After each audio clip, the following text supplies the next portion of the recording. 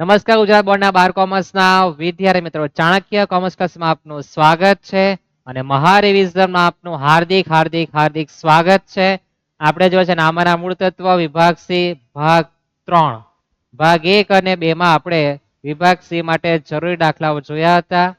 ભાગ 3 માં સૌથી મહત્વના અને ઇમ્પોર્ટન્ટ આમાંથી જ આવશે એમ કે ને તે પ્રમાણનો આપણો આ લેક્ચર રહેવાનો છે. અંતની 5 મિનિટ જોવાનું બિલકુલ ભૂલતા નહીં. વિભાગ સી નો ટૂંક સાર અંતે 5 થી 10 મિનિટમાં સંપૂર્ણ આપવામાં આવશે. અને મહા રિવિઝનનો ઉદ્દેશ દરેકને યાદ તો છે ને.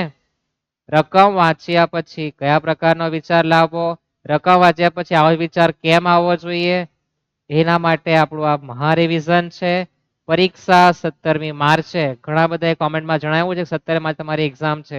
હા, તારીખ ચેન્જ થયા પછી તો 17 માર્ચે જે આવવાનું છે એ પહેલા ઉત્તરાયણ કાપ્યો છે, પછી તમારા લોકોની બીજી પરીક્ષા જેને તમે પ્રિલિમ એક્ઝામ પણ કહી શકો, તેમાં પણ પાર્ટ 1 2 3 ભાગ 1 2 3 સેક્શન સી તમને ઉપયોગી સાબિત થવાનો જ છે. તો લેક્ચર જોવાનું બિલકુલ ચૂકતા નહીં, બરાબર. દરેક લેક્ચર જોવો શાંતિપૂર્વક, સમજ્યા પછી પ્રેક્ટિસ કરી તમારા હાથમાં છે. જો પ્રેક્ટિસ ન કરો તો કઈ નથી થવાનું. પ્રેક્ટિસ તો મહત્વની છે. તો આપણે શરૂઆત કરીએ, દાખલા તરફ જઈએ. વિભાગ દરેકને યાદ તો છે જ કે ભાઈ 12 ગુણનો છે, 6 માંથી મારે કોઈ પણ 4 કરવાના છે. કયા 4 કરવાના એ તમારી પસંદગી તમને ખબર હોવી જોઈએ. પહેલું ચેપ્ટર છે, એમાં 11 દાખલામાં કોઈ એક દાખલો આવવાનો છે પણ તમને ખ્યાલ આવવો જોઈએ. કયા આવી શકે એ તો ઉપરવાળાના હાથમાં છે, પણ આપણે એવું લાગે કે આવી શકે તો આપણે તે દાખલા જોતા છે, બરાબર. તમારે 4 તમારી પસંદગીના રાખવાના. આપણે પહેલા જ પણ દાખલો જોઈએ કેવી રીતના ગણાય અને શું વિચાર કરવા જવાનું. વાંચીએ રકમ. એક ભાગીદાર પેઢીમાંથી દર મહિનાના અંતે એક સરખી રકમનો ઉપાડ કરે છે. વર્ષના અંતે કુલ વાર્ષિક ઉપાડ ₹12,000 કરેલ છે. જો ઉપાડ પર વાર્ષિક 12% લેખે વ્યાજ વસૂલ કરવાનું હોય તો વર્ષના અંતમાં ઉપાડ પર વ્યાજ આપણે ગણવા જવાનું છે. આ વંચાઈ ગયું. ક્યાં દેખાવાનું છે? પ્રશ્ન નંબર 31 સેક્શન સી માં. આટલું નોલેજ આપણી પર છે. સેક્શન સી માં નંબર 31 પર 11 માંથી કોઈ દાખલો આવવાનો છે. 11 દાખલાની રીત આપણને આવડવી જોઈએ. એના માટે ડિસ્ક્રિપ્શનમાં બધું આપેલું જ છે, બરાબર. દરેક દાખલા આ ચેપ્ટરના જોવાય તો છે જ. ક્યાં? ડિસ્ક્રિપ્શનમાં તમારે ક્લિક કરીને જવાનું છે. તો રકમ વાંચી. હવે કેવી રીતના ગણવાનું, તો શું ગણવાનું એ મેઇન વસ્તુ છે. તો અંતે આપણને દેખાય કે ઉપાડ પર વ્યાજ તો અમારે ગણવાનું છે. વ્યાજ ગણવાનું ધોરણ 7 માંથી આ વ્યાજ છે ને, ચક્રવૃદ્ધિ વ્યાજ, સાદું વ્યાજ. એ જ આ વખતે આપણે ઉપાડ પર વ્યાજ ગણવાના છે. તમને આવી ગયું સૂત્ર યાદ મગજમાં, પેલું PRN છેદમાં 100. અરે એ જ એની વાત કરતા છે. P એટલે મુદ્દલ, R એટલે તમારો વ્યાજનો દર, N એટલે સમયગાળો, અથવા T લખો તો T છેદમાં 100. એ જ છે. અહીંયા ઉપાડ કરેલો છે આપણો વાર્ષિક ઉપાડ કેટલો છે? 12,000. આપણે તો દર મહિનાના અંતે ઉપાડ કરી જાય એના પર વ્યાજ ગણવા જવાનું. તો આપણને દાખલામાં આખા વર્ષનો ઉપાડ આપેલો છે. મારે તો 1 માસનો ઉપાડ જોઈએ. કેટલા માસનો ઉપાડ જોઈએ? 1 માસનો. તો લખીએ નીચે આપણે 1 માસનો ઉપાડ બરાબર 12,000 ભાગ્યા 1 વર્ષમાં કેટલા મહિના આવે? 12 માસ આવે. પેલા સિમ કાર્ડ જેવું નહીં કે 13 માસ થાય. કેટલા થવાના છે? 12 માસ. તો 1 માસનો ઉપાડ એનો ₹1,000 આવવાનો છે. આવું કેમ ગણ્યું? તો ભાઈ એ દર મહિને ઉપાડ કરે તો મહિને કેટલો ઉપાડી ગયો એના માટે આપણે ગણતરી કરી છે. હવે આપણે ગણીએ ઉપાડ પર વ્યાજ. ઉપાડ પર વ્યાજ તમે એને ઓળખો ને, એ જ કહી શકો. લખવું હોય તો લખવાનું સૂત્ર, નહીં લખે તો પણ વાંધો નહીં. PRN છેદમાં 100. PRT લખો તોય વાંધો નથી. N એટલે સમયગાળો, T એટલે સમયગાળો, P એટલે મુદ્દલ. એટલે તમારી આ 1 માસની ઉપાડની રકમ કેટલી આવી છે? 1,000. આર એટલે વ્યાજનો દર કેટલો આપ્યો છે? વાર્ષિક 12%. તો 12/100 આ લખવાનું છે. 12% છે. તો 12% એટલે કહેવાનો ભાવ અર્થ એવો થાય કે ભાઈ 12/100 થવાનો. આપણે લખેલું જ છે 100 લખેલા છે. એટલે કોઈ ગભરાવું નહીં, બરાબર. એન એટલે શું? તો એન અહીંયા એન્ટિક પીસ છે. શું છે? Antique piece. કયો? તો વાંચવાનું એ છે કે ભાઈ ક્યારે ઉપાડ કરે? દર મહિનાના અંતે. તો આપણે એના માટે ગણતરી માટે પદ્ધતિ છે, પણ એ પદ્ધતિમાં આપણે પડવા નથી. આપણે ટૂંકું ને ટચ યાદ રાખવાનું કે દર માસના અંતે હોય. ક્યારે હોય? અંતે. તો n બરાબર 66/12 અને દર માસની શરૂઆતમાં હોય તો n બરાબર 78/12 લખવા જવાનું. સમયગાળો કેવી રીતના નક્કી કરવાનું એ આપણને આ વિધાન કહેવાનું છે. વિધાન પરથી જ્યાં નક્કી થાય, બાકી તો સિમ્પલ છે. બાકીનો તો પ્રોબ્લેમ અહીંયા જ પડે કે આ કયું પિક્ચર લેવાનું એન બરાબર સમયગાળો કાંઈ પહોંચે તેના માટે આ દર મહિનાના અંતે છે ને અંતે હોય એટલે કેટલા આવે? 66/12. અને જો પિક્ચર બદલાય જાય, તમે કે શરૂઆતનું કે તો 78/12 આવે. સિમ્પલ આટલું યાદ રહેશે ને. તો સમયગાળો 66/12 લખવાનું.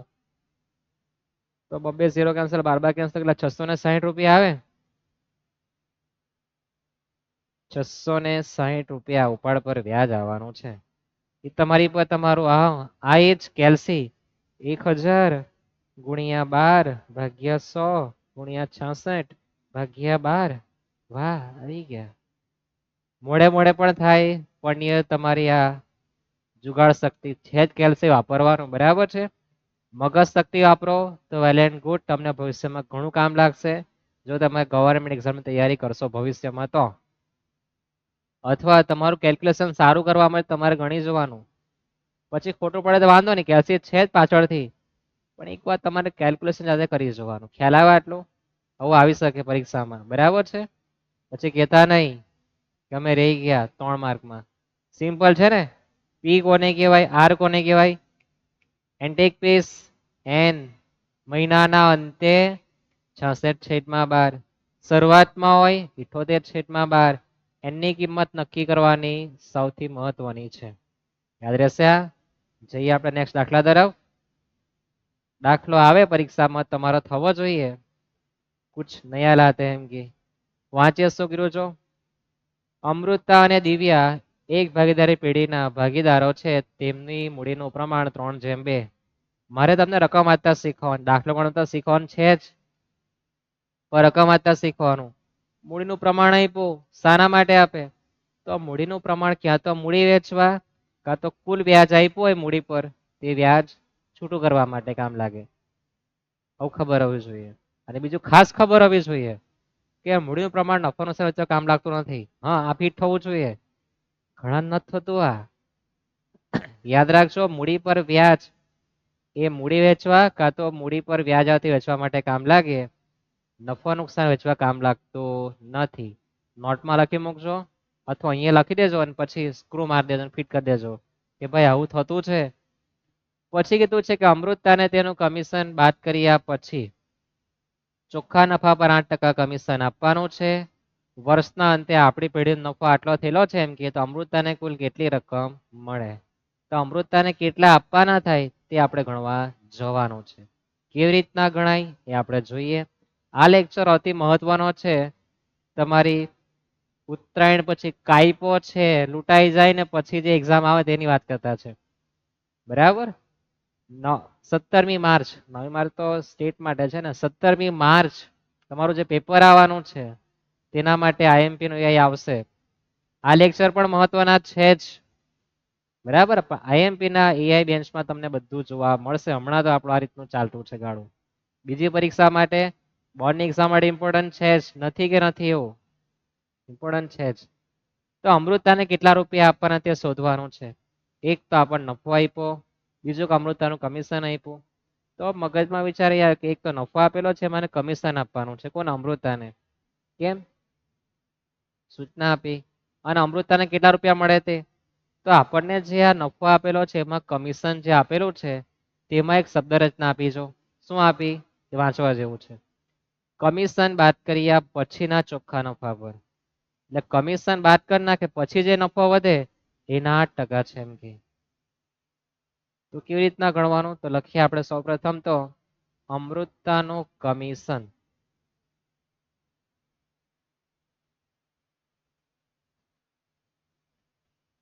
આપણો જે નફો આપેલો છે 96,876 8% કરવાનું. પણ આમાં એવું છે કે બાદ કર્યા પછી છે ને એટલે આપણી પર જે નફો છે એમાં કમિશન સમાઈ ગયેલું છે એમ કે. શું છે? કમિશન સમાઈ ગયેલું. તો ભાગ્યા 108 કરવાનું. હા આવું આવે. ક્યારે આવું કરવાનું? બાદ કર્યા પછીના ચોખ્ખા નફા પર કમિશન હોય ત્યારે. એટલે કે આપણો જે નફો આવે એના પર 8% કમિશન આપવાનું હતું. પણ એવું તો આપણી પર મળે જ નહીં નફો. નફો તો આપણી પર કુલ નફો છે. તો તમારે કુલ નફામાંથી કમિશન છૂટું કરવા માટે આ રીતના પ્રોસેસ કરવી પડે. જેટલા ટકા કમિશન સમાઈ ગયો એટલા ભાગ્યા કરી દેવાના. 5% હોય તો ભાગ્યા 105. ખબર? મને ખબર તમને ખબર નહીં પડે વેલી. 96,876 ગુણ્યા 5 ભાગ્યા 105. 2% હોય તો ગુણ્યા 2 ભાગ્યા 102. આવડી ગયો ને? તો પછી એકદમ સહેલું જ છે. અઘરી વસ્તુ મળે જ નહીં. 96,876 ગુણ્યા 8 ભાગ્યા 108 કરી નાખીએ તો 7,176 રૂપિયા કમિશન આવે. પછી નીચે લખવાનું કમિશન બાદનો નફો.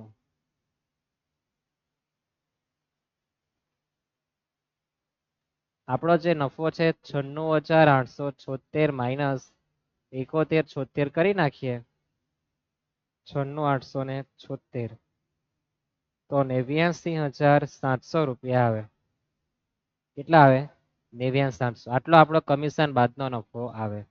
જેના પર આપણે 8% કમિશન આપવાનું હતું. એટલે એના ગુણ્યા 8% કરો. આવે ને 71,76. તો પછી એટલે આ કમિશન ઉપર જે નફો આપ્યો એમાં કમિશન સમાઈ ગયેલો છે એટલે 8/108 કરેલું છે. અથવા નહીં સમજ પડે તો ગોખીને જવાનું કે બાદ કર્યા પછી એટલે 5% આપ્યું તો 5/105. 8% આપ્યું તો 8/108 કરી નાખવાનું. ખ્યાલ આવી જાય ને? હવે આ જે નફો છે એ બે માણસનો છે. પહેલું છે અમૃતા અને પછી છે દિવ્યા. બે જણા છે ને? હવે નફો વેચવા માટે કોનું પ્રમાણ જોઈએ? નફા નુકસાનનું જોઈએ. આપણને દાખલામાં આપ્યું છે નફા નુકસાનનું પ્રમાણ. આપણને તો મૂડીનું પ્રમાણ આપ્યું. શાનું? મૂડીનું. તો આપણે તમને ચર્ચા કરી જ ગયા છે કે મૂડીનું પ્રમાણ મૂડી વેચવા કામ લાગે. શાના માટે? મૂડી વેચવા માટે. નફા નુકસાન વેચવા કામ લાગતું નથી. નફા નુકસાનનું પ્રમાણ ન આપે તો ચપટી વાગવી જોઈએ. સરખાઈ છે વેચવાનું એના માટે. શા વેચી આપવાનું? સરખાઈ છે. કેટલા માણસ છે? 2. વેચી આપવાનું 1/1 સરખાઈ છે. તમારી પર જે નફો છે ને 89,700 એના ભાગ્યા કરી દેવો 2. તો બંને ભાગ નફો 44,850 રૂપિયા આવે. કેટલા આવે? 44,850. આપણે તો મેઇન વસ્તુ શું ગણવાનું છે કે અમૃતાને કેટલી રકમ મળે. અમૃતાને મળતી રકમ. તો અમૃતાને એનું કમિશન મળવાનું છે પ્લસ શું મળવાનું છે? નફો. કમિશન 71,76, નફો 44,850. કેટલા આવે? ગણો 71,76 પ્લસ 44,850 52,026 રૂપિયા આવે. આટલા રૂપિયા એને મળશે. આવું કહેવાય. આ દાખલો 17મી માર્ચ અને બીજી પરીક્ષા માટે ઇમ્પોર્ટન્ટ છે. યાદ રહેવું જોઈએ. યાદ રહેશે ને? કમિશન બાદ કર્યા પછી છે આવું વંચાય એટલે આ વિચાર આવવો જ જોઈએ. ગુણ્યા 8/108. 5% બધા 5/105 થશે ને? પછી કુલ નફામાંથી કમિશન બાદ કરી દેવું. પછી જે નફો વધે ભાગીદારને વેચી આપવાનો. શામાં વેચી આપવાનો? નફા નુકસાનના પ્રમાણમાં નહીં કે મૂડીના પ્રમાણમાં. ગડબડ ગોટાળા થવા જોઈએ નહીં. યાદ રહેશે ને પાકું? પછી અમૃતાને જે આપવાનું થાય તે આપી દેવાનું. એને આપવાનું થાય શું? કમિશન આપવાનું થાય. શું આપવાનું થાય? નફો આપવાનો થાય. તો અમૃતાને આપી દેવાનું, વાટા પૂરી. યાદ રહેશે આટલું? જઈએ આપણે નેક્સ્ટ દાખલા તરફ. રકમ સમજ દરેકને પડીને અઘરું કોઈને લાગવું જોઈએ નહીં. હવે કીધું છે કે ભાઈ નવો દાખલો જોઈએ. ચેપ્ટર નંબર 1 માટે જ ભાગ 1 અને 2 સેક્શન સી માટે જે આવી ગયા છે એ પણ ઇમ્પોર્ટન્ટ છે એટલે અવશ્ય જોવા. પછી દુઃખ નહીં લાગવું છે કે સાહેબ તમે કઈ નહીં આપ્યું. તમે બીજી પરીક્ષા આપો અને સેક્શન સી માટે 3 પાર્ટ બનાવેલા છે, એમાંથી તમારા 4 દાખલા હશે જ, એની ગેરંટી હું તમને આપું. તમને લાગતું હોય તો તમે કોમેન્ટ બોક્સમાં તમે બીજી પરીક્ષા આપો, તમે પેપર મોકલી આપજો. આપણે કહેશું કે તમારી પરીક્ષામાં 4 માંથી ઓછા આવે તો મને કહેજો, આપણે જોઈ લેશું કે ભાઈ સાહેબ તમે કેટલા કે 3 સેક્શન જોવાના, એ મારી 4 દાખલા તો હશે જ, નથી એવા. કોમેન્ટ કરજો, આપણે તમને બતાવી દઈશું કે તમે કેટલા પાણીમાં છો. 3 લેક્ચર તમારા 12 માર્ક કમ્પ્લીટ જ છે, વધારે કઈ જોવાની જરૂર નથી. આનાથી વિશેષ અંદર કઈ નથી આવવાનું તમારું.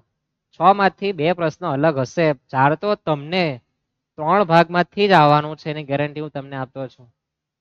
તમે ગમે તે સ્કૂલમાં ભણતા હોય, ગમે તે વિસ્તારમાં રહેતા હોય, ગમે તે સ્કૂલમાં હોય, બરાબર, આમાંથી જ પેપર સેટ થઈને આવવાનું છે, પણ યાદ રાખજો. 4 પ્રશ્ન હશે, 6 માં તમારે પર પણ 4 કરો ને તમને 4 મળી રહેશે 3 લેક્ચરમાંથી. રઘુવીરની આખરની મૂડી 80,000 છે, જેમાં ચાલુ વર્ષનો ઉપાડ તમને આપેલો છે. ચાલુ વર્ષનો ઉપાડ આપ્યો, નફો આપેલો છે, શરૂઆતની મૂડી પર વ્યાજ ગણવાનું છે. તો બે રીતના ગણાય. એક તો તમને જે માહિતી આપી એ બધી મૂડી ખાતાની છે. હવે તમને ક્યારે ખ્યાલ આવે કે તમે રકમ વાંચી હોય અને તમે જે શીખ્યા છે ખાતા બનાવવાનું એની જાણકારી ધરાવતા હોય ત્યારે, બરાબર. ગોખણ પટ્ટી વાળા વિદ્યાર્થી વિચાર પેલો નહીં આવે, કેમ ગોખેલું છે, ગ ગ ગ, ગગલો થઈ ગયેલા ગોખી ગોખીને. આખરની મૂડી આપી, ઉપાડ આપ્યું, તો આ બધું શામાં આવે? મૂડી ખાતામાં આવે. તો મૂડી ખાતું બનાવી દેવાનું.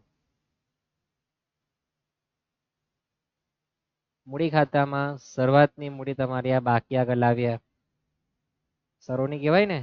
ઉપાડ કા લાગતા હતા? ઉધાર બાજુ. નફો ક્યાં આવે? જમા બાજુ. તમારી આખરની મૂડી એટલે કે બાકી આગળ લઈ ગયા. યાદ છે? આવું દેખાય નજર દરેકને કે શરૂઆતની મૂડી આ બાજુ આવે, નફો આ બાજુ, ઉપાડ પેલી બાજુ, આખરની મૂડી આ બાજુ આવે. તમે જો ખાતા બનાવી તો શીખાય તો આ ઇઝીલી આવડી જવું જોઈએ. તો શરૂઆતની મૂડી તમને કેટલી આપી? નથી આપી, તો શોધવાની છે. પછી આપણને આખરની મૂડી આપી, આખરની મૂડી એટલે અહીંયા 80,000.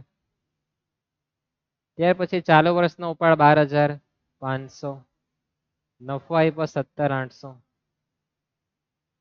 ખાતું બંધ કરી દેવાનું. આ 92,500 થવાના, આ બાજુ 92,500 કરવાય તો કેટલા ખૂટે? રફ વર્ક છે એટલે ભાષા ચાઇનીઝ આવશે. 92,500 માઇનસ 17,800 તો 74,700 આવે. થાય આટલું? અથવા જેને સમજ નથી પડતી એ લોકો માટે કેટલાક સૂત્ર લખે, અરે વાહ ભાઈ વાહ, તમારે જેટલા મૂર્ખ વ્યક્તિ તો મેં જોયા જ નથી અત્યાર સુધી, કેટલા હોશિયાર તમે. આવું લખે. શું લખે? શરૂઆતની મૂડી બરાબર આખરની મૂડી પ્લસ ઉપાડ માઇનસ નફો. યાદ કરીને લખે. અલા ભાઈ, આ તો આખરની મૂડી નું ઉપાડ એટલે મૂડી ખાતાની ઉધાર બધું પિક્ચર છે. જમાવાળું પેલું માઇનસ છે. આ સૂત્ર મોડે કરે, આપણે સમજીને ગણવાનું છે. ખ્યાલ આવે ને? ચાલો તો હવે લખી આપીએ કે ભાઈ આખરની મૂડી છે 80,000, ઉપાડ 12,500 અને માઇનસ નફો 17,800. અને પછી બી લાવે કેટલા? તો 74,700 લાવવાના છે. ભાઈ હરખું જ આવવાનું છે, બરાબર. પણ તમને બંને વસ્તુનો ખ્યાલ હોવો જોઈએ. સૂત્ર કોઈ નથી, આ એક પાટિયા સિસ્ટમ છે. હા, આપણે તો શરૂની મૂડી પર વ્યાજ ગણો તો લખીએ આપણે શરૂની મૂડી પર વ્યાજ શરૂઆતની મૂડી છે 74,700 અને 6% મારે વ્યાજ ગણવાનું છે.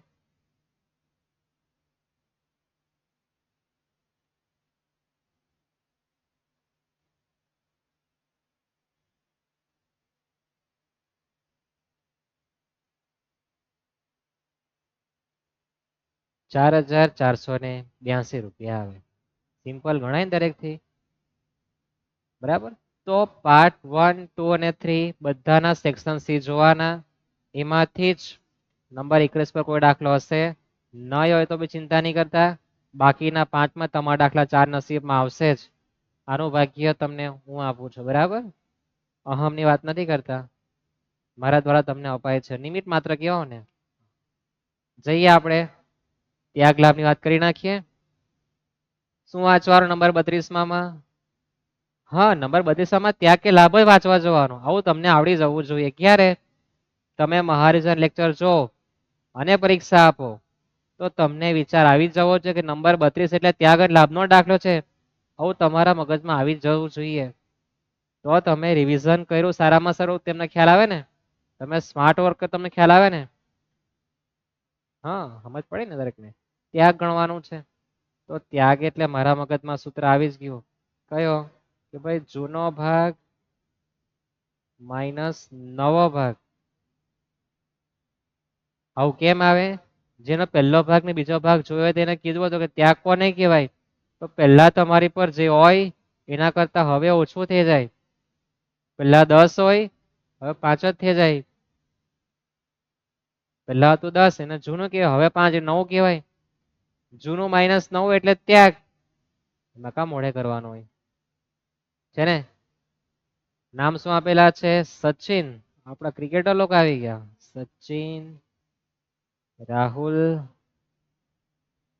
અને ત્યાર પછી રોહિત. તો તમને એ પણ કીધું હતું કે પહેલા જે આપે તે જૂનું અને પછી આપે તે નવું પ્રમાણ કહેવાય. લખવાનો પણ દરેકને ખ્યાલ હશે. યાદ છે ને દરેકને? કે ભાઈ આપણું જૂનું પ્રમાણ 1/2/2. યાદ છે ને લખવાનું? 1, 2 અને 2 નો સરળ થાય કેટલો? 5. તો દરેકના છેદમાં 5 લખવાનું. તમારામાંથી કોઈ છે ડફોર જે નથી આવડતું? દરેક ખ્યાલ છે ને આ રીતના કરવાનું. ભગાઈને બિલકુલ જોતા નહીં. પછી આપેલો છે નવો ભાગ. નવો ભાગ કેટલો છે? 3/2/1. તો ટોટલ થાય કેટલા? 6. 6 × 6 થઈ ગયા. આટલું યાદ રહેશે. પછી જોવાનું કે આપણે ભાઈ પ્લસ માઇનસ જે કરવાનું છે એના માટે છેદ સરખા છે કે નથી. 5 ને 6 છેદ સરખા નથી. તમારે ક્રોસ ગુણાકાર કરવા જવાનું. ક્રોસ ગુણાકાર એટલે કોનો ગુણાકાર કરવાનો? આ 1 અને 6 નો પહેલા ગુણાકાર કરવાનો. 6 × 1 = 6 માઇનસ પછી આ 3 નો ગુણાકાર 5 સાથે કરવા જવાનો. 3 × 5 = 15 અને ત્યાર પછી આ છેદનો ગુણાકાર છેદ સાથે કરવા જવાનો. 6 × 5 = 25. અરે વાહ, તમને આવડી ગયા એમ ને. કેટલા છેદમાં 30? 6 માંથી 15 બાદ કરે તો 9/30. અને માઇનસમાં જવાબ આવે તો શું લખવાનું? ત્યાગનું લાભ લખવા જવાનું. એટલે કે એ વ્યક્તિ ત્યાગ નથી કરતો, લાભ લેતો છે. એમ કે શું કરે? લાભ લે. હેરાન દરેકને યાદ છે ને બધું? હા. તો બીજું ડાયરેક્ટ આપણે ગણી નાખીએ. 6 × 2 એટલે 12. 2 × 5 એટલે 10. છેદમાં છેદનો ગુણાકાર એટલે 30. તો 2/30. આ વ્યક્તિ ત્યાગ કરતો છે. જો સમજાય ને? 6 × 2 = 12 માઇનસ 5 × 1 = 5 છેદમાં 30. તો 7/30. ચપટી વાગે અને આન્સર આવતા જાય છે ને. એકદમ ઈઝી. પછી આમાં કઈ અઘરી વસ્તુ નથી. તમને ઘણા બેઠા આપણે દાખલા લાભનો પણ લઈ લઈએ. જો આ માહિતી પરથી લાભનું પ્રમાણ શોધો. તો લાભ કોને કહેવાય? તો ત્યાગ કરતા આખું ઊંધું લખવાનું. નવો ભાગ માઇનસ જૂનો ભાગ. શું નામ છે? રાજુભાઈ.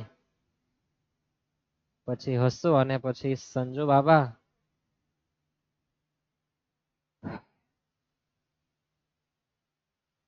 સંજુ, મારામાં જો એવું નથી.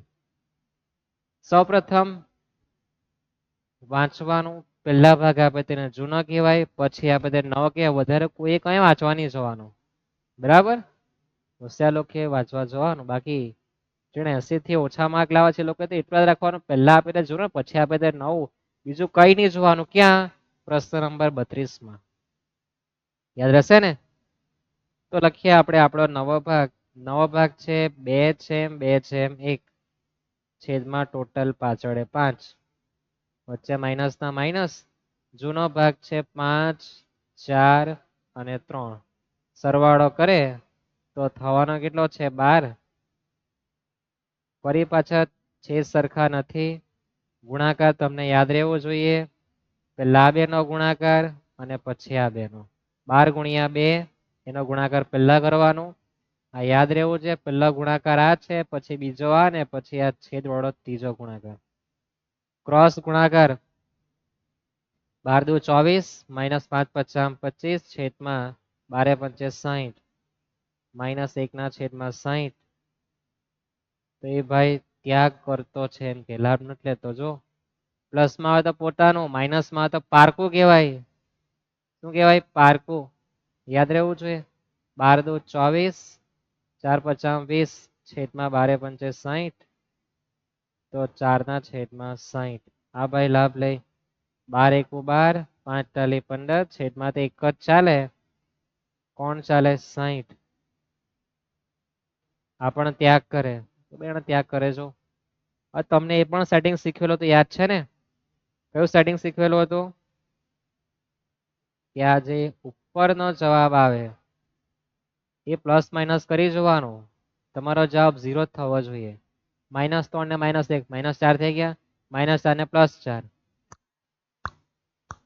હા, આ થાય ને 0. તમે જે ગણો સાચું તમને ખ્યાલ આવી જશે. યાદ રહેશે?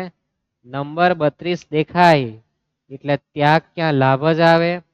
લાભનું સૂત્ર અને ત્યારનું સૂત્ર કોઈ મોઢે કરવા નહીં જવાનું. પહેલા આપે તે જૂનો ભાગ, પછી આપે તે નવો ભાગ. સૂત્ર બનાવવાનું. કોને કહેવાય તમને કીધું જ છે. યાદ કરો થોડું. હા, એ જ યાદ રહેશે ને? જે નેક્સ્ટ દાખલા તરફ. દરેકને સેક્શન સી માં નંબર 32 માં ક્યાં તો લાભ ક્યાં તો ત્યાગ આપવાના છે. પહેલા આપે તે જૂનો ભાગ કહેવાય, પછી આપે તે નવો ભાગ. ખુલ્લી આંખ રાખીને ચકડા મારી દેવાના અને પછી લખવાનું સૂત્ર તમારી ભાષામાં. બરાબર છે? લાભ એટલે 9 માઇનસ જૂનો, ત્યાગ એટલે જૂનો માઇનસ 9. મોઢે કરી નાખવાનું સૂત્ર જો ભૂલી જવાતું હોય તો, બાકી સિમ્પલ યાદ રહે દરેકને. રહેશે? ત્યાર પછી આગળ જઈએ. નંબર 33 34 માટે આપણે જોવાના છે. વિસર્જન. આ દાખલો એવો છે કે જેને શું લાગી ગયેલું? વૈરાગ્ય. કોના જેવું? દુનિયા મતલબી છે, જૂઠે છે, ભગવાન તારા સિવાય કોઈ નથી. એટલે આ દાખલો એકલો જ આવે એમ કે કેટલો સારો કહેવાય. કેવી રીતના ગણવાનો જોઈએ? આ તો મને ખબર કે આ રીતના, પણ તમને કેવી રીતના ખબર પડે? તો વાંચીએ. મારે તમને શીખવવાનું છે. ખબર છે ને? તે પણ કેવું વાંચવાનું. વાંચવાની સાથે વિચાર આવો લાવવાનો. આવું જ કેમ આવે પણ કહેવાનું એક તો પાછું. તો વિસર્જન વખતે પેઢીની મિલકતો આપણને 4 લાખ આપી, જેમાંથી ચાલુ મિલકત 40%. જો ચાલુ મિલકત 40% વંચાય તો બિન ચાલુ મિલકત 60% છે. આવો વિચાર આવવો જોઈએ. આવશે? પાક્કું ને? તમને દાખલામાં એવું આપે કે જે પૈકી બિન ચાલુ મિલકત 60%. તો બિન ચાલુ 60 તો ચાલુ કેટલી? 40%. ટકા 100 પર ગણાય ને? ચાલુ બિન ચાલુ ભેગું થાય એટલે કુલ બની જાય. આ યાદ રાખજો. એટલે ચાલુ મિલકત 40 તો બિન ચાલુ 60. આવું આવડી જવું જોઈએ. ક્યારે? મારા શબ્દ તમે સાંભળ્યા છે. હવે પછી દાખલો દેખાય તો એસા કુછ આતા હૈ. હા, પુષ્પા જો અબ હમ ઝુકેગા નહીં સાલા. ક્યારે? આવડી ગયો પછી તમારે ઝૂકવાનું નથી. જેમાં જેમાં એટલે કોના? ચાલુ મિલકતમાં 20,000 રૂપિયા રોકડા છે એમ કે સ્થિર મિલકતના આટલા ઉપૈજા, ચાલુ મિલકતના આટલા ઉપૈજા. હવે તમને દાખલામાં એવું પૂછે કે આમ નોંધ અને જરૂરી ગણતરી પણ દર્શાવો. તો આપણે ગણતરી પણ જોઈએ અને આમનોંધ પણ જોઈએ. કેવી રીતના લખવાનું? બરાબર, સૂચના આપશે વિસર્જનના સંદર્ભમાં નીચેની આમનોંધ લખો. ભલે આપણને સૂચના નથી આપી. બરાબર છે, ક્યાં આવશે? નંબર 33 અથવા 34 પર. જો 33 પર દાખલો હશે તો 34 પર થિયરી હશે, અને 34 પર દાખલો આવે તો ઉપર બીજી આમનોંધ હશે વિસર્જનની, ગમે તે પ્રકારની. નાક બંધ લાગતું છે લાગે. આપણને મિલકતો આપી છે 4 લાખ છે. તો આ 4 લાખમાં 40% એ ચાલુ મિલકત છે, તો બાકીની રહેવાની કેટલી? 60%. આવો વિચાર આવો જ આટલો વાંચ્યા પછી. કેવી છે? બિન ચાલુ મિલકત. બિન ચાલુ મિલકત છે. તો 4 લાખના 40% એટલે 1,60,000 અને 60% એટલે 2,40,000.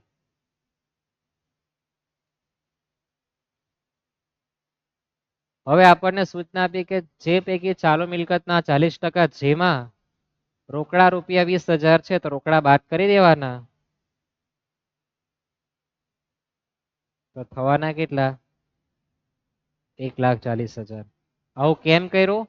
તો એના માટે તમારે વિસર્જન ચેપ્ટર શાંતિપૂર્વક ભણવું પડે. બરાબર છે. બાકી હમણાં તમારે આવી રીતના લખવાનું કે ચાલુ મિલકત રોકડા કાઢી નાખવાનું. કેમ? તો માલ મિલકત નીકળાતા રોકડા લખાતા નથી, હમણાં સ્પેશિયલ ખાતું આવે એમ કે.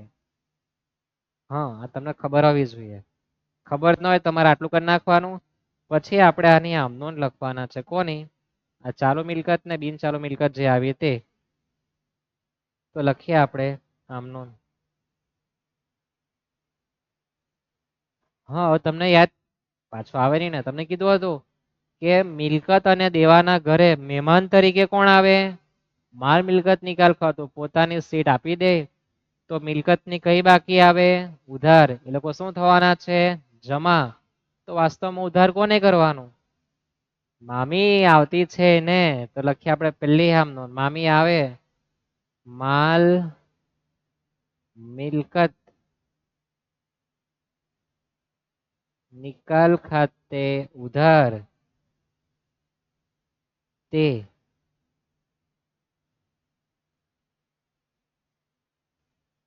ચાલુ મિલકત ખાતે 1,40,000 તે બિન ચાલુ મિલકત ખાતે, એટલે કે આપણે દ્રશ્ય મિલકત. તમને પ્રશ્ન થાય પાછો કે સાહેબ દ્રશ્ય એટલે કે આપણે સ્થિર મિલકત. હા, તમને પ્રશ્ન બહુ થાય. તો ઉપર માલ મિલકત નિકાલ ખાતે ઉધાર કેટલા થવાના? 380. આ તમારી પહેલી આમનોંધ છે. બિન ચાલુ એટલે તમારી આ સ્થિર મિલકત છે. હવે તમને ખબર નહીં પણ લખી આપીએ. યાદ રહેશે ને? હા, યાદ રહેવું જોઈએ. અતિ ઇમ્પોર્ટન્ટ આ જ છે. પહેલી આમનોંધ તમારા આમનોંધના ખાના પડવાના.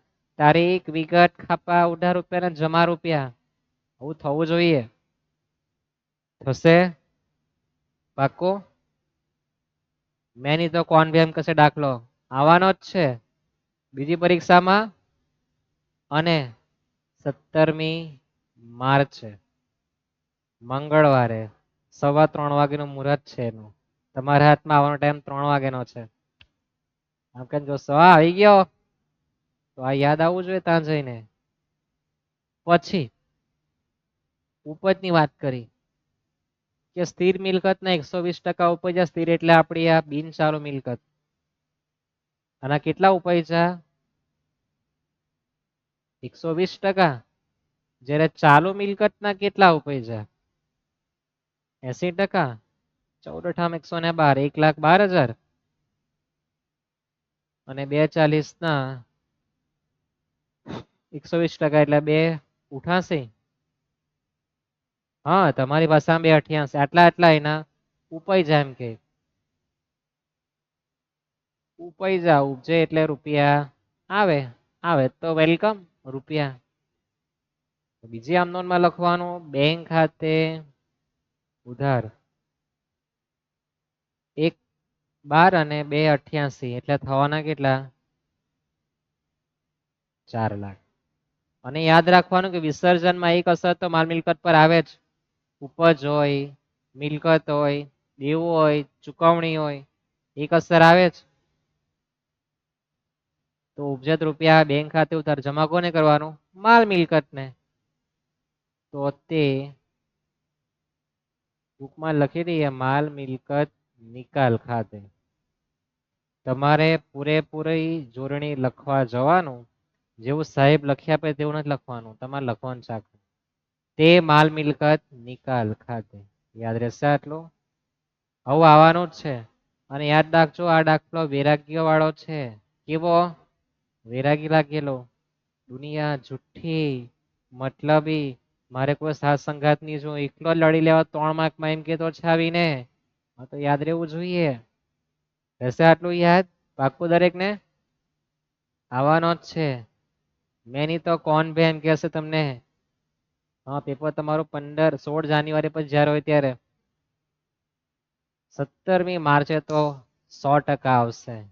આઈએમપી ના એ બેંચમાં પણ આનો દાખલો આવશે. એનો ભાઈ બીજો છે ને હજુ. હા, સ્વાધ્યાયમાં એક દાખલા ઉદાહરણમાં આપે. જઈએ આપણે આગળ. હવે જેને વૈરાગ્ય લાગ્યો ને માયા લાગી ગઈ, બધી માયા મૂડી. આપણે બંધ કરી દઈએ ને. હા, તમને પછી વધારે માયા લાગી દાખલાની. વાંચીએ શું કીધું? એક ભાગીદાર તેના ઘરવાળીની એટલે કે શ્રીમતીજીની પેઢીને આપેલ લોન 40,000 રૂપિયા સ્વીકારે એમ કે ચૂકવવાનું. તો મારો ધંધો છે, મારી ઘરવાળી પણ મને મારા ધંધામાં લોન આપે. ખબર નહીં ક્યાંથી પૈસા કમાઈને આવી ગયેલી હતી કે. તો શ્રીમતીજીની લોન છે, આપણે એને ચૂકવવાનું સ્વીકારીએ.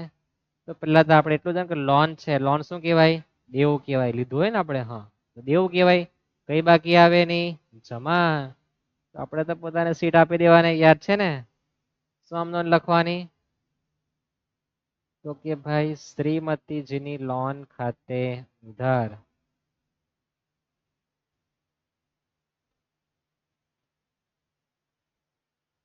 40,000 તે માલ મિલકત નિકાલ ખાતે કેટલા? 40,000. હા, તમારે આખું લખવાનું છે. માલ મિલકત નિકાલ ખાતે પોતાની જમા બાકી એને ઉધાર કરી દેવાનું. અને પછી કોણ ચૂકવી આપે? તો એક ભાગીદાર. તો ભાગીદારને ઉધાર કરું કે જમા કરું? તો સિમ્પલ ટ્રીક યાદ રાખવાનું કે પહેલી આમનોનમાં માલ મિલકત જમા, તો બીજામાં ઉધાર, અને ઉપર જો ઉધાર હોય તો બીજામાં જમા કરી દેવાનું. હવે જ રાખવાનું. ઉપર માલ મિલકત શું થયેલું છે? જમા. તો એને ખુલ્લી આંખ રાખીને લખવાનું કરું કે માલ મિલકત નિકાલ ખાતે ઉધાર. લખી આપે તમને પૂરેપૂરું જ. માલ મિલકત નિકાલ ખાતે ઉધાર 40,000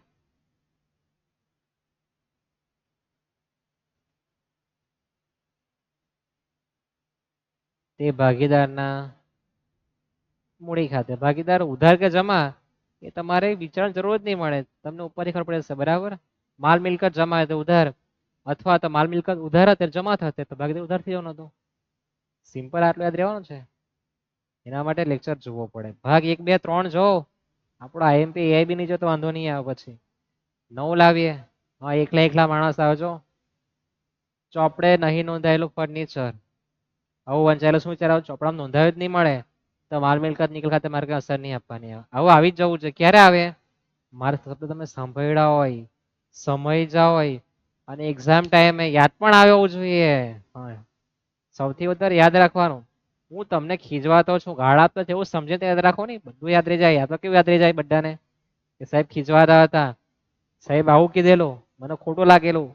આવું ખોટું લાગવું જોઈએ તમને કે ચોપડા નહીં નોંધાયા એટલે મારે બી કોઈ નોંધ કરવાની આવતી નથી. આવો વિચાર આવવો જોઈએ. મહેશ લેણદારને, મહેશ નામનો કોઈ લેણદાર છે, એને 35,000 આપવાનો છે એમ કે. એના માટે આપણે ફર્નિચર આપી દીધું એમ કે. બાકીના નાણાં રોકડા ચૂકવી આપ્યા. હવે ચોપડામાં ફર્નિચર નોંધવું જ નથી તો આપણે ચોપડામાં કઈ લખવા ના આવે? નહીં આવે. તો 35,000 આપવાના છે. એમાંથી 20,000 રૂપિયા આપણે એને પંત તરીકે આપી દીધા, તો રોકડા આપવાના રહેતા કેટલા છે? 15,000. સમજવા જેવી વાત છે. 35,000 મારે કોઈને આપવાના હતા, સાઈડ પર ફર્નિચર ચોપડામાં લખ્યું જ નહીં હતું, તે મેં ઉચકી લાવ્યો, આપી દીધું, તો એ જતું રહે, મારે કોઈ લાગતું ઓળખતું નથી. બરાબર? તો 35 માંથી 20 નું તો પિક્ચર પટી ગયું, તો બાકી રહેવાના કેટલા? 15,000.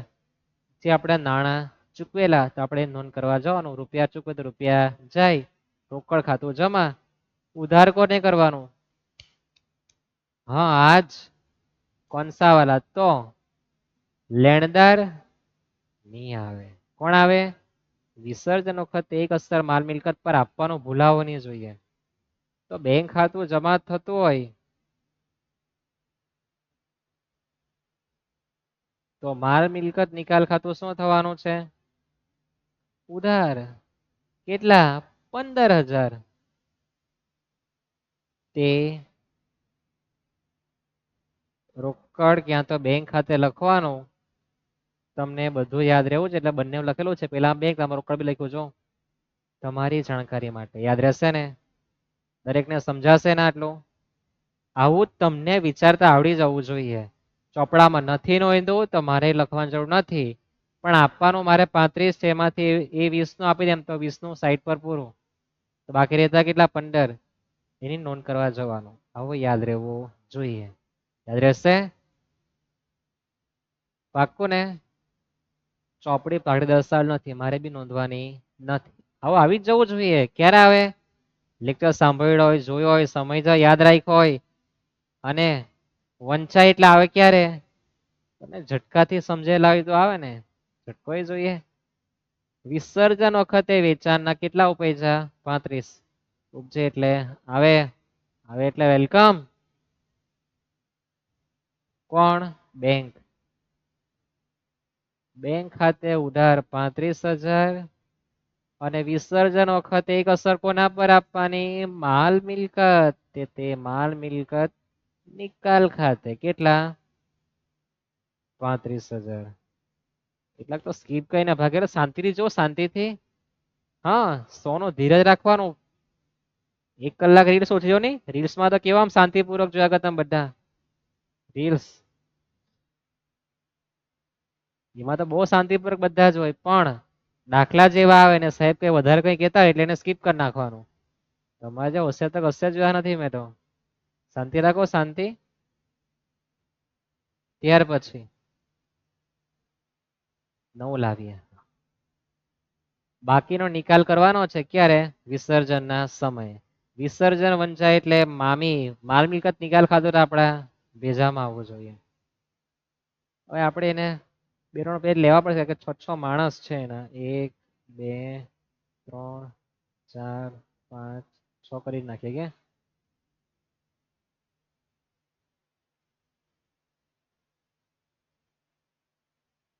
તો પેલું છે સામાન્ય અનામત. તો સામાન્ય અનામતની કઈ બાકી આવે? જમા અને તમે પ્રવેશ નિવૃત્તિ શીખી ગયા, ક્યાં લખતા હતા? મૂડી ખાતામાં જમા બાજુ. માલ મિલકતમાં નહીં આવે ને. કેવી રીતના યાદ રાખવાનું તે પણ જો. તમને મારે શીખવાને છે યાદ કેવી રીતના રાખવાનું.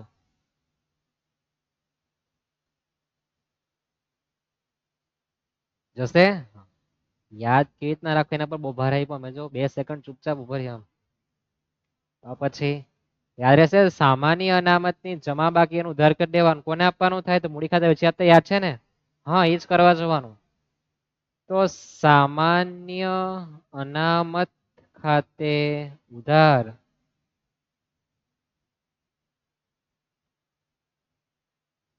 તે ભાગીદારના મૂડી ઓબ્લિક ચાલુ ખાતે. તમારે આમનો ના ખાના પાણી લખવા જવાનું. હા, એ તો તમે હોશિયાર વધારે, આવું જ છાપી દે. નંબર 2 જોઈએ, રોકાણ વધઘટ ભંડોળ, उसकी भी जमा बाकी आती है, તેનું બી શું કરી દેવાનું? ઉધાર. રોકાણ વધઘટ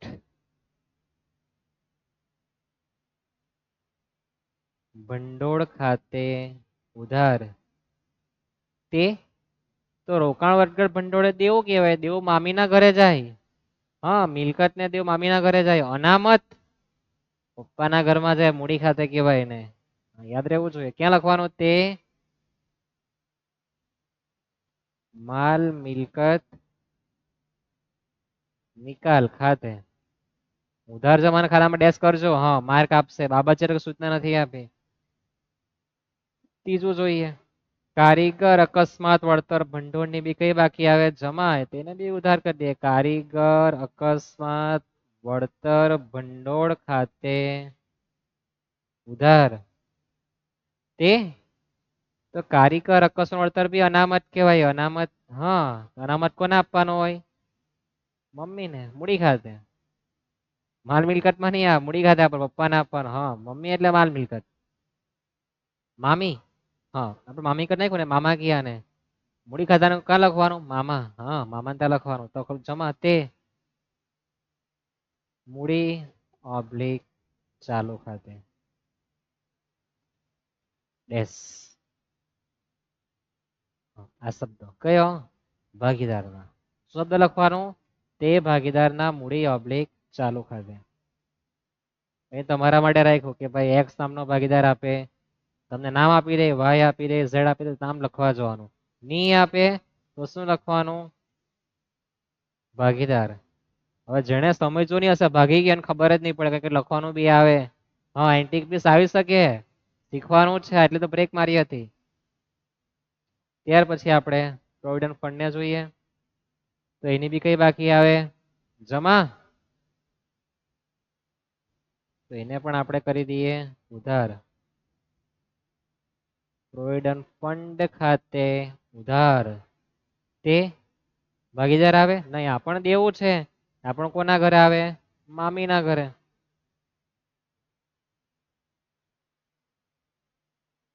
તે માલ મિલકત નિકાલ ખાતે. યાદ રહેશે આ? નફા નુકસાન ખાતાની ઉધાર બાકી. ઉધાર બાકી એટલે ઉધાર જ હોય. એને શું કરી દેવાનું? જમા. નફા નુકસાન ખાતું એકત્રિત થયેલી આપણી ખોટ કહેવાય. આવું છે તે કોને આપવાનું? મામાને આપવાનું. મામા એટલે કોણ? મૂડી ખાતા. તો ભાગીદારના મૂડી ઓબ્લિક ચાલુ ખાતે ઉધાર તે નફા નુકસાન ખાતે કૌંસમાં ઉધાર બાકી લખી દેવાનું. તમને યાદ રહે એના માટે. બરાબર છે? યાદ રહેશે. કૌંસમાં લખવાનું ઉધાર બાકી, તમારી જાણકારી માટે. છેલ્લું આપણું ઘસારા ભંડોળ ઉસકી ભી જમા. હવે સાહેબ કેટલું સારું, આ પણ જમા હતું, આ પણ જમા હતું, આ પણ જમા હતું. આ એક જ ઉધાર આવ્યું, બાકી બધા જમા જ આવ્યા ને. જમા છે એટલે ઉધાર. ઘસારા ફંડ ખાતે ઉધાર તે તો તે માલ મિલકત નિકાલ ખાતે. યાદ રહેશે આટલું? તમને 6 નથી આપવાના, કોઈ પણ 3 જ આપવાના છે. બરાબર? એન્ટિક દાખલામાં આવી શકે. જો થિયરી નહીં પૂછે તો આવો દાખલો આવી શકે. યાદ રાખજો. નહીં તો માલ મિલકત નિકાલ ખાતું થિયરી આવવાની જ છે. નહીં તો પછી આપણને બી તમને થિયરી જે આપી છે એમાં પાર્ટ 2 જોજો, પાર્ટ 1 બી જોજો, થિયરી આપી જ છે. હા, એ પણ આવી શકે. બરાબર? પછી તમે તમારું પેપર લઈને આવજો મારી પર, કેજો. જઈએ આપણે નેક્સ્ટ દાખલા તરફ. આ પિક્ચર પતી ગયું. હા, થિયરી પાછી લઈ આવ્યા તમારા માટે. તમે ભૂલી જાય ને કઈ કઈ થિયરી આવે તે. તો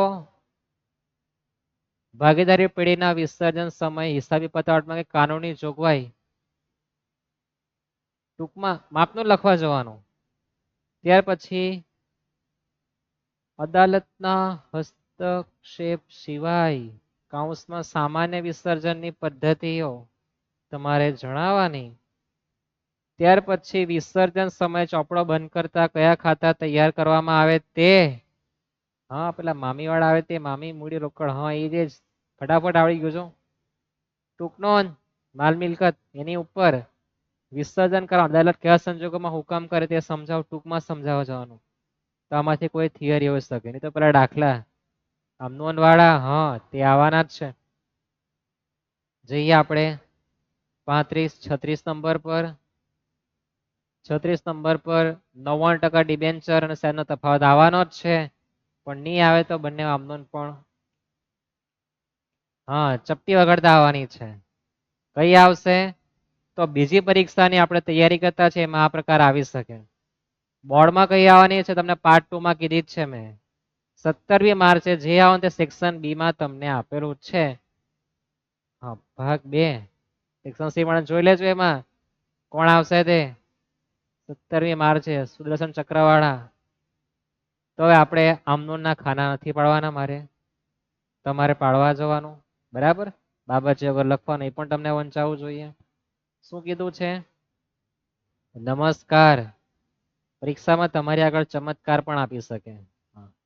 થાય ને ચમત્કાર. 1,870 રૂપિયા 100 નો 1 એવા 9% 8,000 ડિબેન્ચર મૂળ કિંમતે બહાર પાડવાના છે.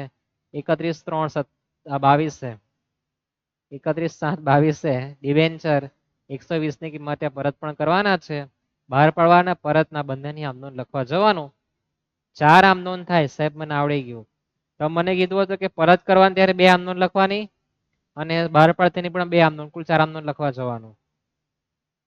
અને સાહેબ એ પણ મને યાદ છે કે પહેલી આમનોંધમાં મેકઅપ નહીં આવે, ત્રીજીમાં બી, ચોથીમાં બી નહીં આવે, પણ નંબર 2 ની જે આમનોંધ છે મેકઅપ લાગી જાય. આવું તમારા મોઢામાંથી બોલાવવું જોઈએ. ક્યારે? તમે ભાગ 2 જોઈને આવો. 2 જોયા પછી તમે આ પ્રકારની માહિતી વાંચો તો વિચાર આવો છે કે સાહેબ 4 આમનોંધ આવે, બહાર પડવાની 2 આમનોંધ, પરતની 2 આમનોંધ. પહેલી આમનોંધ, ત્રીજી અને ચોથી એમાં કોઈ મેકઅપ નહીં લાગે. બીજી આમનોંધમાં મેકઅપ લાગતો સાહેબ મને આટલું યાદ છે.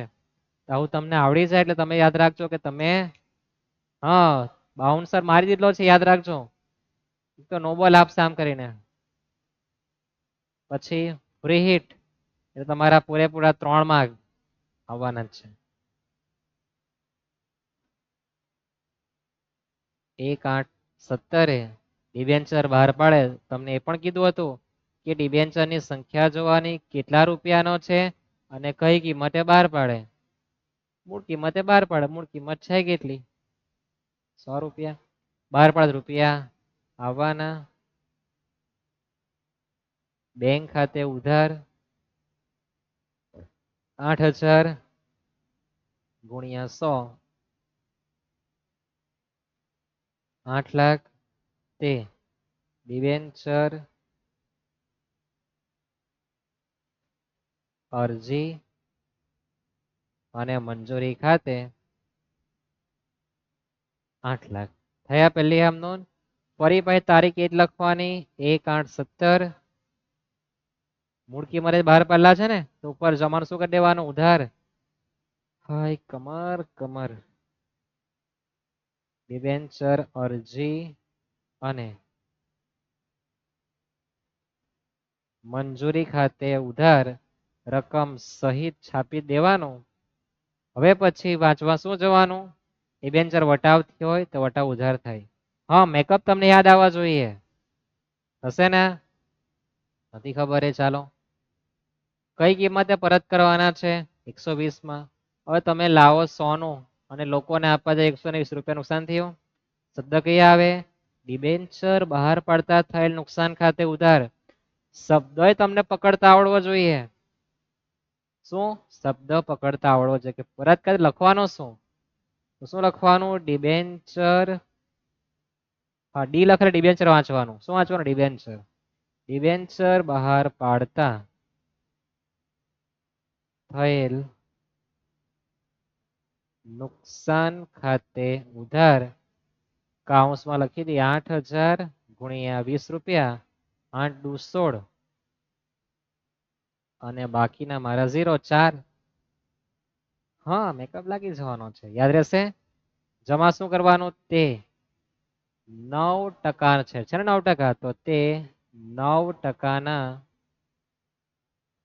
ડિબેન્ચર ખાતે મૂળ કિંમતે નોંધાય. મૂળ કિંમત એટલે કે 8,000 સંખ્યા અને 100 રૂપિયાનો છે 8 લાખ થાય. થશે આટલું. અને પછી પ્રીમિયમ એ તો જમા કરવાનું, કઈ આપેલું નથી. જમા કોને કરવાનું? આ નુકસાનનો જે ભાઈ જે છે, નુકસાનનો ભાઈ, તેના માટે કયો શબ્દનો ઉલ્લેખ કરવાનો? ડિબેન્ચર પરત પ્રીમિયમ. આવું તમને પાર્ટ 2 જોયા પછી યાદ આવવું જોઈએ. તે ડિબેન્ચર પરત પ્રીમિયમ ખાતે ઉપર જે ઉધાર છે રકમ સહિત જમા કરી દેવું. થાય ને? દેવું નહીં, અમારે આમ છે તમારે તેમ નહીં, આવું છે. થાય આટલું. પછી તારીખ લખવાની 31/7/22.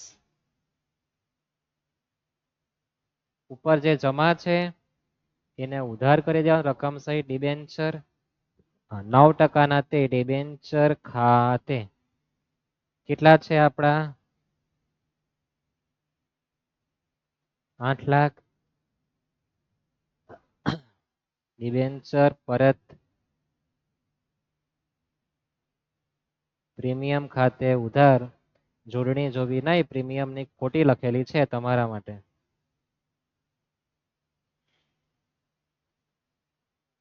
ડિબેન્ચર પરત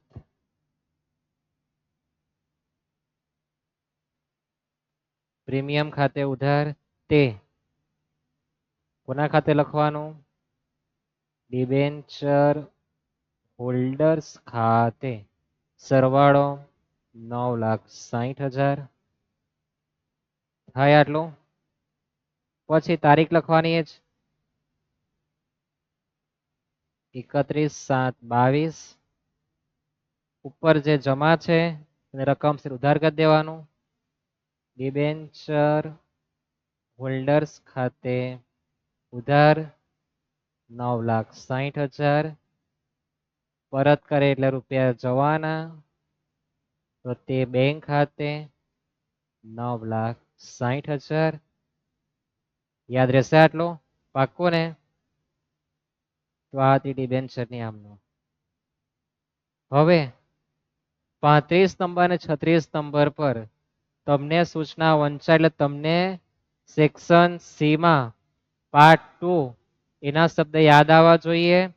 પહેલી, ત્રીજી અને ચોથી આમનોન કોઈ મેકઅપ નહીં આવે. બીજી આમનોના મેકઅપ આવે. મેકઅપ વટાવ કા પ્રીમિયમ નો હોઈ શકે, બીજું કઈ આવતું નથી. બાકી સેમ છાપવા જવાનું. યાદ રહેશે આટલું. પછી તમારા માટે હોમવર્ક આપી એક દાખલો. વંદના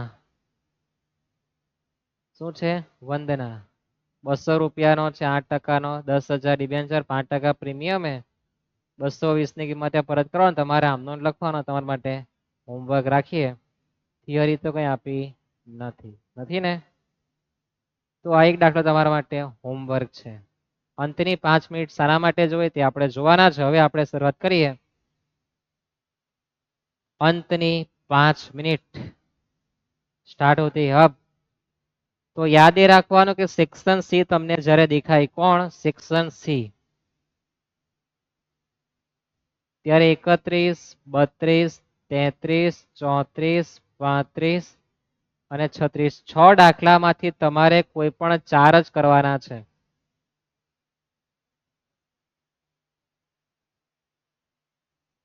છ માંથી કોઈ પણ 4 જ કરવાના. તો કયા 4 કરવાના એ તમારે સૌપ્રથમ તો રકમ વાંચવી કે ભાઈ મારે આ 4 દાખલા કરવા છે. 32, 33, 35, 36. આવો તમને પેલા વિચાર તાત્કાલિક આવી જવો જોઈએ. આવશે? પછી શું યાદ રાખવાનું? તો પછી એ યાદ રાખવાનું કે ભાઈ મારા બધા દાખલા સાચા જ છે ને? એવું લાગતું હોય ડગું માગું તો તમે બાકીનામાંથી 2 માંથી કોઈ પણ દાખલો કરી શકો. બરાબર છે? અને 32 નંબર દેખાય એટલે ત્યાગ લાભ જ આવવો જોઈએ. કાં તો ત્યાગ ક્યાં તો લાભ ગણવાનો. નંબર 33, 34 દેખાય એટલે વિસર્જનની આમનો આવી જ જોઈએ. 35, 36 માં ડિબેન્ચર દેખાવો જોઈએ. આવું તમને દેખાડું થઈ જવું જોઈએ. બરાબર છે? યાદ રહેશે આટલું. 31 નંબર એટલે પેલા 11 માંથી કોઈ એક દાખલો. મૂડી પર વ્યાજ, ઉપાડ પર વ્યાજ, હમણાં આપણે જોઈ ગયા તે. હા એ જ ચોખ્ખા કમિશન વાળું. હા યાદ રહેશે આટલું. તમને નજર સમક્ષ આટલું આવવું જોઈએ. જઈએ આપણે આગળ. તો તો આપણે આગળ એ જોવાના છે કે હવે તમારે કેટલું કેટલું યાદ રાખવું. તો કઈ યાદ નહીં રાખવું, તમારી પર ભાગ 1 છે, પેજ નંબર 30 પર જાઓ. 1 થી 11 દાખલા છે. નંબર 3 માં કેવું છે બહુ યાદ નથી આવતું. સામેના 30 31 નંબરના પેજ પર દાખલા ગણી નાખો. પછી નંબર 32 માટે ત્યાગ લાભના દાખલા જોઈ લો. ત્યાર પછી વિસર્જન માટે તમે ઉદાહરણ નંબર 1 જોઈ શકો 7મા ચેપ્ટરમાં. હા, અને પછી માલ મિલકત નિકલ ખાતાની થિયરી પણ આપી છે, એ પણ તમે જોઈ શકો. ત્યાર પછી ડિબેન્ચરમાં નમસ્કાર, વંદના, પૂજા, પ્રાર્થના બધા દાખલા જોઈ લો. સત્યમ શિવમ સુંદરમ, જસપ્રીત બુમરાહ. હા, એ બધા દાખલા જોઈ લો, બધું થઈ જવાનું છે કમ્પ્લીટ. અને સેટ ડિબેન્ચરનો તફાવત કઈ વાર નહીં લાગે, બધું A to Z આવી જશે. પણ ક્યારે તમે એકવાર જોશો ત્યારે. તો સેક્શન સી આપણો કમ્પ્લીટ થાય છે. પાર્ટ 1, 2 અને 3 માં જે પણ દાખલાઓ આપ્યા છે એ જ 6 માંથી કોઈ પણ તમારી પરીક્ષામાં 4 હશે. તમે ગમે તે સ્કૂલમાં હો, ગમે તે જગ્યાએ હો, બધી જગ્યાએ આ પેટર્ન પ્રમાણે જ પેપર આવશે. આમાંથી દાખલાઓ હશે એની ગેરંટી હું તમને આપીને જાઉં. 4 તો હશે જ, આપણે 4 જ ગણવા જવાનું છે. યાદ રાખજો. ના આવે તો મને કોમેન્ટમાં જણાવજો તમારું પેપર, આપણે એના પર ચર્ચા કરીશું કે કેમ નહીં આવ્યું. ઓકે, તો હવે પછી નેક્સ્ટ લેક્ચરમાં આપણે શું શરૂઆત કરવાનું છે, વિભાગ ડી, જેમાં આપણે 5 માંથી 3 દાખલા ગણવાના છે. તે જ 4 માર્કના 3 દાખલા આવવાના છે. તે આપણે શુભ મુહૂર્ત કરવાનું છે આવતા નેક્સ્ટ લેક્ચરમાં. બરાબર, સેક્શન સી આપણો કમ્પ્લીટ થતો છે. ભલે આપણી પર અઠવાડિયું જ છે, પણ અઠવાડિયામાં આપણે પૂરેપૂરા અકાઉન્ટનું A to Z સોલ્યુશન તમને આપવાના છે. આજ આવશે.